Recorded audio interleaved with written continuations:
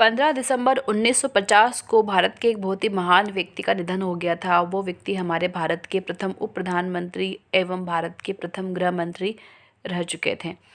तो मैं बात कर रही हूँ आज के इस वीडियो में सरदार वल्लभ भाई पटेल की, जिनकी पुण्यतिथि अभी हाल ही में 15 दिसंबर को गई है। तो आज के इस वीडियो में हम उनके बारे में जानेंगे और वो चीज़ें पढ़ेंगे जो एग्ज़ाम के पॉइंट ऑफ व्यू से हमारे लिए ज़्यादा इम्पोर्टेंस रखती है। और मैं हूँ रीटा उपाध्याय, आपका बहुत बहुत स्वागत है मेरे चैनल स्टडी विद रीटा में। अगर चैनल पर नए हो तो प्लीज़ चैनल को सब्सक्राइब ज़रूर करें। तो चलते हैं हमारे पहले क्वेश्चन की तरफ कि सरदार वल्लभ भाई पटेल का जन्म कहाँ हुआ था। तो वल्लभ भाई पटेल का जन्म 31 अक्टूबर 1875 को गुजरात के नाडियाड में हुआ था। कहाँ हुआ था? गुजरात के नाडियाड में हुआ था, आप ये याद रखिए। और 31 अक्टूबर की डेट याद रखिए, क्योंकि इससे रिलेटेड एक दिवस भी बनाया जाता है जिसके बारे में मैं आपको आगे वीडियो में बताऊँगी। और ये अपने पिता झावेर भाई पटेल की चौथी संतान थे और इनके पिता किसान थे।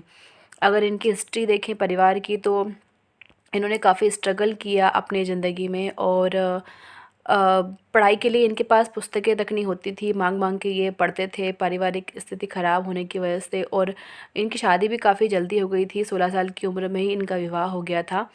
तो गृहस्थी की जिम्मेदारियां संभालने संभालने में इन्होंने काफ़ी टाइम लग गया इनको मैट्रिक एग्ज़ाम पास करने में भी। तो कम से कम 22 साल की आयु में इन्होंने 10वीं का एग्ज़ाम क्लियर किया, मतलब मैट्रिक इन्होंने 22 वर्ष की आयु में पास की। तो ये था हमारा इनका छोटा सा इंट्रोडक्शन। आपको ये याद रखना ज़रूरी है, क्योंकि किसी भी महापुरुष के बारे में अगर हम लिखते हैं किसी भी आंसर में, तो उसका इंट्रोडक्शन में हम अगर बता देते हैं कि उनका जन्म कहाँ हुआ था, तो अच्छा लगता है, इफेक्टिव दिखता है आपका आंसर। आगे चलते हैं, सरदार पटेल का पेशा क्या था। तो सरदार पटेल जो थे वो पहले वकील नहीं बनना चाहते थे, पर इनकी ज़िंदगी में एक टर्निंग पॉइंट आया। वो ये था कि इनकी पत्नी जो थी वो कैंसर से उनका निधन हो गया था, और अपनी पत्नी के जाने का इनको बहुत ही ज़्यादा धक्का लगा। और उसके बाद इन्होंने अपने बच्चों की अच्छी परवरिश के लिए वापस से पढ़ाई शुरू करी, और बैरिस्टर की पढ़ाई के लिए इन्होंने एडमिशन लिया इंग्लैंड में। और वहाँ पर इन्होंने 36 महीने का जो कोर्स होता था बैरिस्टर का, वो भी उन्होंने 30 महीने में कंप्लीट करके उसमें टॉप किया। और जब ये वकील बन के आए तो इन्होंने ऐसे केस लड़े जिसमें कोई भी हाथ डालना नहीं चाह रहा था, मतलब जो केस सामने वाला वकील लड़ना नहीं चाह रहा था, तो वो ऐसे केस इन्होंने हैंडल करे और उसमें सफलता इन्हें मिली। और उसके बाद इनका नाम जो था वो क्रिमिनल लॉयर के रूप में प्रसिद्ध होने लगा भारत में। तो ये क्रिमिनल लॉयर बने, और राजनीतिज्ञ तो थे ही, साथ में साथ क्रांतिकारी भी ये रहे।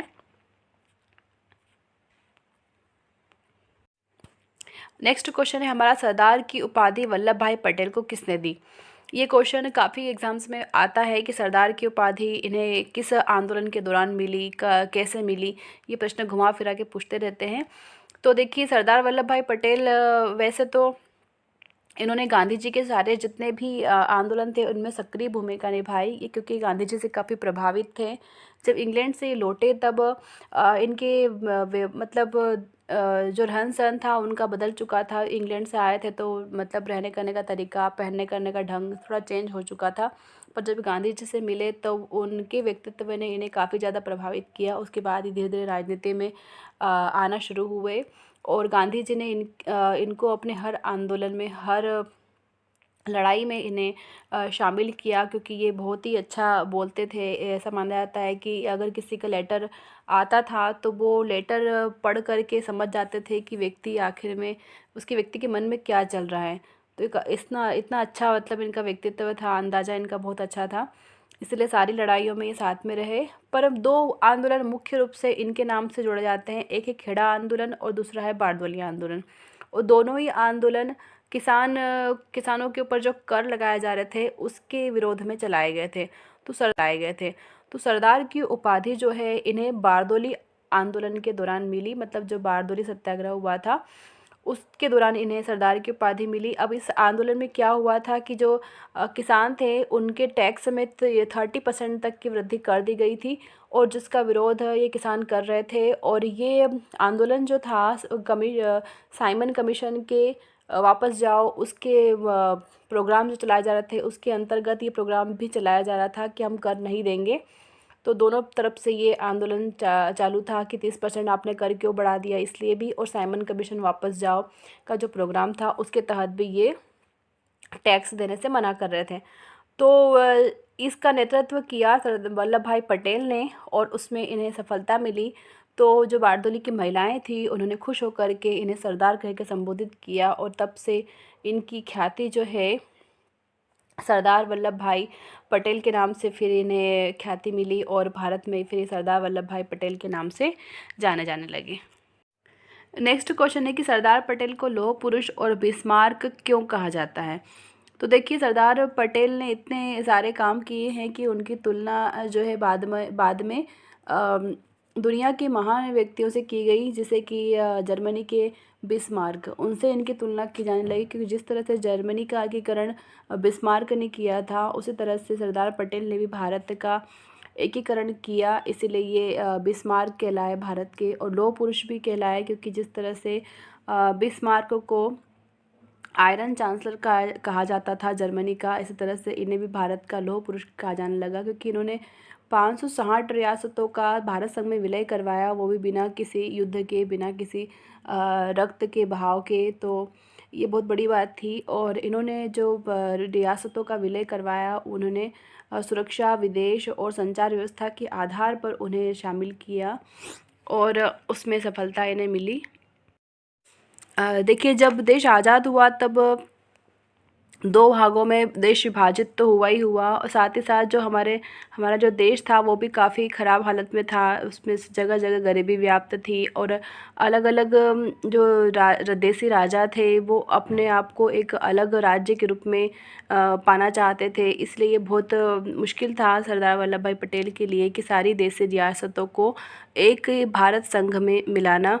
तो 15 अगस्त 1947 तक तो हैदराबाद, कश्मीर और जूनागढ़ रियासत को छोड़कर शेष जितनी भी रियासतें थी सारी भारत संघ में शामिल होने को मंजूर हो गई थी, परंतु जूनागढ़ और जो हैदराबाद रियासत थी उन्होंने मना कर दिया था। तो जूनागढ़ में तो जनमत संग्रह के आधार पर उसे भारत संघ में मिलाया गया, क्योंकि जूनागढ़ के जो जनता थी वो भारत संघ में विलय होना चाहती थी, इसीलिए उन्होंने विद्रोह कर दिया था उनके राजा के खिलाफ। तो वो भाग करके पाकिस्तान चले गए थे और फिर जूनागढ़ को भारत संघ में मिला लिया गया था। अब हैदराबाद जो थे तो उन्हें हैदराबाद रियासत को सैनिक कार्रवाई के द्वारा भारत में मिलाया गया, और माना जाता है कि कश्मीर जो है उसे भी मिलाने का प्रयत्न सरदार वल्लभ भाई पटेल ने किया था, परंतु नेहरू जी ने उसे विशेष राज्य का दर्जा देकर छोड़ दिया और कहा कि ये हमारे भारत की नहीं बल्कि अंतर्राष्ट्रीय समस्या है, और ऐसा कहकर उन्होंने कश्मीर को हाथ से निकल जाने दिया। इस कारण कश्मीर का भारत संघ में विलय नहीं हो पाया। फिर इसीलिए इन्हें इतनी सारी रियासतों का इन्होंने विलय करवाया भारत संघ में, और जो कि बहुत ही मुश्किल काम था, परंतु इनकी नीतियाँ काफ़ी सुदृढ़ थी, इसलिए उन्होंने इन्हें इस कार्य में सफलता मिली। हाँ, अब एक क्वेश्चन ये बनता है कि सरदार पटेल की मृत्यु कैसे हुई। तो सरदार पटेल की मृत्यु को माना जाता है कि जब गांधी जी की मृत्यु हो गई थी उसके बाद इन्हें बहुत ही ज़्यादा अंदर से प्रभावित किया इस बात ने कि उनकी हत्या कर दी गई, और मन ही अंदर ये उनके बारे में सोचते रहते हैं, क्योंकि काफ़ी ज़्यादा प्रभावित थे गांधी जी से, उनके विचारों से। तो इसी के लिए वजह से माना जाता है कि उन्हीं के कारण 15 दिसंबर 1950 को इन्हें हार्ट अटैक आ गया था चिंता करते करते, और इनकी मृत्यु हो गई थी। और एक प्रश्न ये बनता है कि किस एक व्यक्ति को मरने के बाद नोबेल नहीं, भारत रत्न पुरस्कार दिया गया था। तो वो थे सरदार वल्लभ भाई पटेल, जिन्हें कि मरणोपरांत भारत रत्न प्रदान किया गया। और कब प्रदान किया गया? 1991 में इन्हें ये भारत रत्न प्रदान किया गया। तो आप ये डेट अच्छे से याद रखिएगा। अब देख लेते हैं कि उन्होंने अपने पूरे जीवन काल में किन किन पदों पर कार्य किया। ये वीडियो का सबसे इम्पोर्टेंट पार्ट है, और इसका आंसर जानने के पहले एक छोटी सी रिक्वेस्ट फिर से करना चाहूँगी कि प्लीज़ चैनल सब्सक्राइब ज़रूर कीजिएगा, क्योंकि देखिए आप देख ही सकते हैं मैं कितनी पुअर हूँ सब्सक्राइबर्स के मामले में। अभी तक 500 सब्सक्राइबर्स भी मेरे कंप्लीट नहीं हो पाए हैं। तो प्लीज़ सब्सक्राइब ज़रूर कीजिएगा चैनल, और शेयर ज़रूर कर दीजिएगा अपने फ्रेंड्स के बीच में। तो चलिए देखते हैं किन किन पदों पर इन्होंने कार्य किया। तो सरदार वल्लभ भाई पटेल पहले तो भारत के प्रथम उप प्रधानमंत्री थे, ये इम्पोर्टेंट है। भारत के प्रथम गृह मंत्री थे, ये भी इम्पोर्टेंट है। सूचना एवं प्रसारण मंत्री भी रहे हैं ये। और कराची का जो अधिवेशन था 46वां, उसके अध्यक्षता भी इन्होंने की और उसमें इन्होंने मौलिक अधिकारों की मांग की थी। उसके बाद जब संविधान का निर्माण हुआ तब संविधान की मौलिक अधिकारों की जो समिति बनी थी उसमें भी इन्हें अध्यक्ष बनाया गया था। और ये प्रांतीय संविधान समिति के अध्यक्ष भी रहे थे। तो ये इन पदों पर इन्होंने कार्य किया था। प्रांतीय संविधान समिति, मौलिक अधिकारों की समिति, सूचना एवं प्रसारण मंत्री, गृह मंत्री और उप प्रधानमंत्री, ये इनके पद थे। और अब एक बहुत ही इम्पोर्टेंट फैक्ट कि मैंने आपको बताया था 31 अक्टूबर का, आप ध्यान रखिएगा। 31 अक्टूबर के दिन सरदार वल्लभ भाई पटेल का जन्म हुआ था और उनके जन्मदिन को यानी कि 31 अक्टूबर को एकता दिवस के रूप में मनाया जाता है। और दूसरा है इम्पोर्टेंट फैक्ट कि स्टैचू ऑफ यूनिटी जो है वो सरदार वल्लभ भाई की प्रतिमा है जो गुजरात में बनाई है। और यह विश्व की सबसे बड़ी प्रतिमा है और इसकी लंबाई 182 मीटर है। तो ये देख सकते हैं आप कि इनकी प्रतिमा है ये, और कितना खूबसूरत लग रहा है ये चित्र इनका। तो एक बार ज़रूर देखने जाइए आप गुजरात। बस अब इस वीडियो में यहाँ तक, यही तक था।